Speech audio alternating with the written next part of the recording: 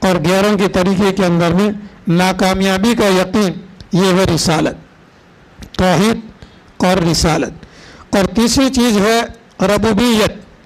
یہ جو تیسرا رکوع ہے اس کے اندر میں تیسری چیز اللہ تبارک و تعالیٰ نے ذکر فرمائی ہے ربوبیت۔ ربوبیت کا معنی ہے پالنا، رب، جیسے کہ شروع کے اندر میں آیا تھا الحمدللہ رب العالمین، رب عالمین، عالمین کا معنی ہے تمام جہانوں کو پالنے والا، رب، رب کا معنی ہے آہستہ آہستہ پالنے والا۔ اب بچہ پیدا ہوتا ہے، بچہ پیدا ہونے سے پہلے استقرار حمل ہوتا ہے، نطفہ ناپاک قطرہ 40 دن تک ٹھہرتا ہے رحم دانی کے اندر میں، پھر اس کے اندر میں تبدیلی آتی ہے، پھر وہ خون کا لوتھڑا بنتا ہے، خون جمع ہوا خون بنتا ہے، پھر گوشت کا لوتھڑا بنتا ہے، پھر اس کے بعد میں پوری شکل اور صورت 3 چلے کے بعد کے اندر میں ہوتی ہے، پھر اس کے اندر میں روح ڈال دی جاتی ہے، اور اس کی جو غذا ہے اللہ تبارک و تعالیٰ نے عجیب و غریب نظم اور انتظام سے اس کو غذا پہنچائی۔ بچے کی جو غذا ہے وہ عورت کی ناپاکی کا خون ہے، حیض کا خون ہے۔ اللہ تبارک و تعالیٰ نے یہ پسند نہیں فرمایا کہ بچہ اپنے منہ کے ذریعہ سے دنیا میں آنے کے بعد میں جو اللہ کا نام لینے والا، اللہ کے رسول کا نام لینے والا اور قرآن پاک کی تلاوت کرنے والا، ایسا بچہ جو دنیا میں آ کر کے قرآن پاک کی تلاوت کرنے والا ہے، اللہ نے پسند نہیں فرمایا کہ ناپاک خون اس کے منہ کے ذریعہ سے اس کو پہنچایا جائے۔ اس لیے یہ جو ناپ ہے، ناپ کے ساتھ میں جو رگ لگی ہوئی ہوتی ہے، اس ناپ کے ذریعہ سے جو ہے اس کو حیض کا خون پلایا جاتا ہے اور حیض کا خون اس کو دیا جاتا ہے، اسی سے اس کی پرورش ہوتی ہے۔ اور عجیب و غریب اللہ تعالیٰ نے نظام چلایا ہوا ہے کہ اسی ماں کے بدن کے اندر میں خون بھی ہے اور پاخانہ بھی ہے اور دودھ بھی ہے۔ جب بچہ پیدا ہو جاتا ہے تو دودھ سفید ہوتا ہے، سفیدی، دودھ کی سفیدی کے اندر میں نہ تو پاخانے کا کوئی اثر آتا ہے اور نہ تو کوئی خون کا اثر آتا ہے۔ اللہ تبارک و تعالیٰ نے پھر 2 سال تک یہ نظام چلایا، 2 سال تک۔ اور علماء کی اور سائنسدانوں کی یہ تحقیق ہے کہ دنیا کے اندر میں غذا، دودھ سے بڑھ کر کے کوئی بہتر غذا نہیں ہے، دودھ سے بہتر غذا کوئی نہیں ہے۔ شریعت بھی یہی کہتی ہے، آپ صلی اللہ علیہ وسلم کی یہ تعلیمات بھی یہی ہے، اور سائنس بھی یہ کہتی ہے کہ دودھ سے بڑھ کر کے کوئی غذا نہیں ہے۔